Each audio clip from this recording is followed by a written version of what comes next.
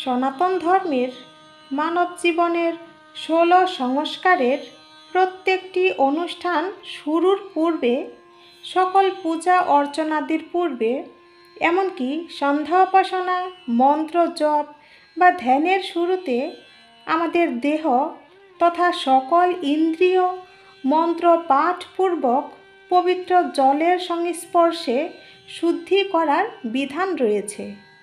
বন্ধুরা, আপনারা হয়তো অনেকেই এই বিষয়ে জানেন বা অনেকেই জানেন না যে আমরা সচরাচর আচমন বা দেহ শুদ্ধি বিভিন্ন শ্লোক পাঠের মাধ্যমেই করে থাকি।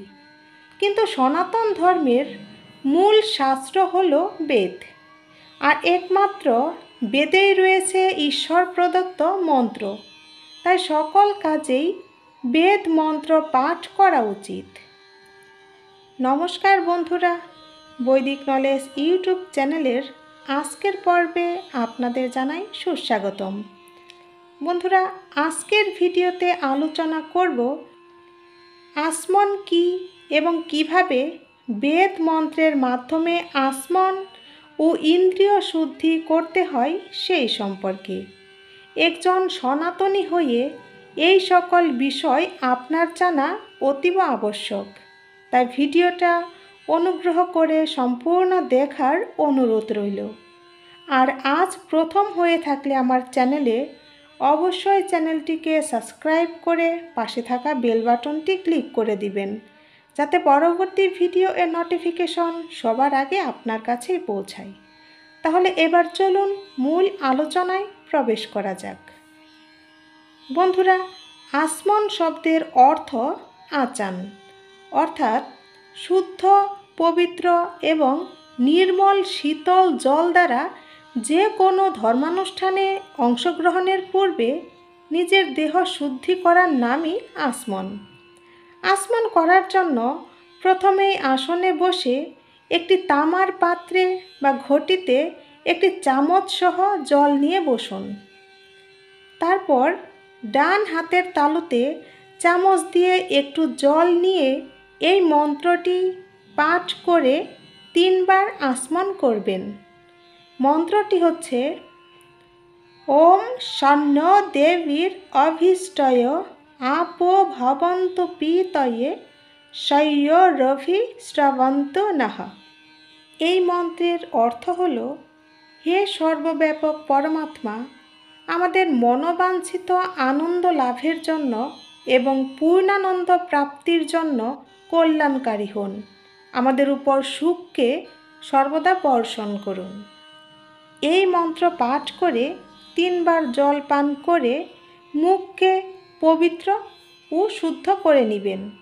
তারপর হাতে একটু জল নিয়ে হাতটা ধুয়ে নেবেন। এরপর দেহের বিভিন্ন অঙ্গ বা ইন্দ্রিয়কে শুদ্ধ করার জন্য পুনরায় বাম হাতের তালুতে জল নিয়ে ডান হাতের মধ্যমা ও অনামিকা আঙ্গুল দিয়ে সেই জল সংস্পর্শ করে মন্ত্র পাঠ করে দেহের বিভিন্ন স্থানে স্পর্শ করবেন। ডান দিকে আগে করবেন, তারপর বাঁ দিকে করবেন। মন্ত্রগুলো হচ্ছে ওম বাক বাক। এই মন্ত্র পাঠ করে মুখে জল দ্বারা স্পর্শ করবেন। ওম প্রাণাহা প্রাণাহা। এই মন্ত্রের মাধ্যমে নাকের 2 নাসিকা রন্ধ্রে স্পর্শ করবেন। ওম চক্ষু চক্ষুঃ, 2 চোখে। ওম শ্রোত্রম শ্রোত্রম, 2 কর্ণে। ওম নাভিহি। এই মন্ত্রে নাভিতে স্পর্শ করবেন। ওম হৃদয়ম, হৃদয়ে স্পর্শ করতে হবে। ওম কণ্ঠঃ, এই মন্ত্রে কণ্ঠে। ওম শিরঃ, এই মন্ত্র দ্বারা মস্তকে স্পর্শ করবেন। ওম বাহুভ্যাম ইয়াশুবলম, এই মন্ত্র দ্বারা 2 বাহুদ্বয় স্পর্শ করবেন। ওম করতল করপৃষ্ঠে, এই মন্ত্র দ্বারা উভয় হাতের করতল এবং করপৃষ্ঠ সংস্পর্শ করবেন। বন্ধুরা, এই হলো ইন্দ্রিয় স্পর্শের নিয়ম এবং মন্ত্র। বন্ধুরা, এই মন্ত্রের অর্থ হচ্ছে, হে পরমাত্মন, আমার বাক শক্তি ও রসন্দ্রিয় সবল হোক। আমার শ্বাস প্রশ্বাসের শক্তি ও ঘ্রাণেন্দ্রিয় সবল হোক।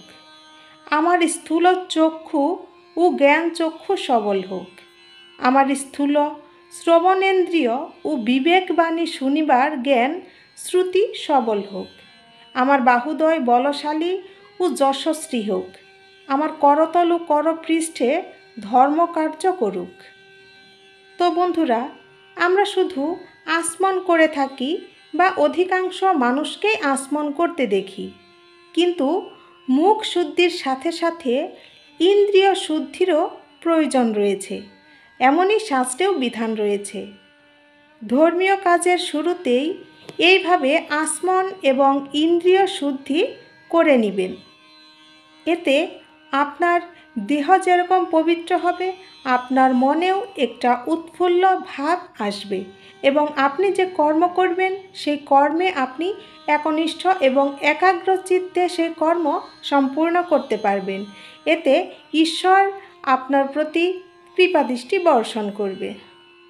বন্ধুরা, আজকের ভিডিওটা এই পর্যন্তই। আজকের ভিডিও সম্পর্কে কোনো কিছু জানার থাকলে অবশ্যই কমেন্ট বক্সে জানাবেন। আমি সেই বিষয়ে আপনাদের অবগত করার চেষ্টা করব।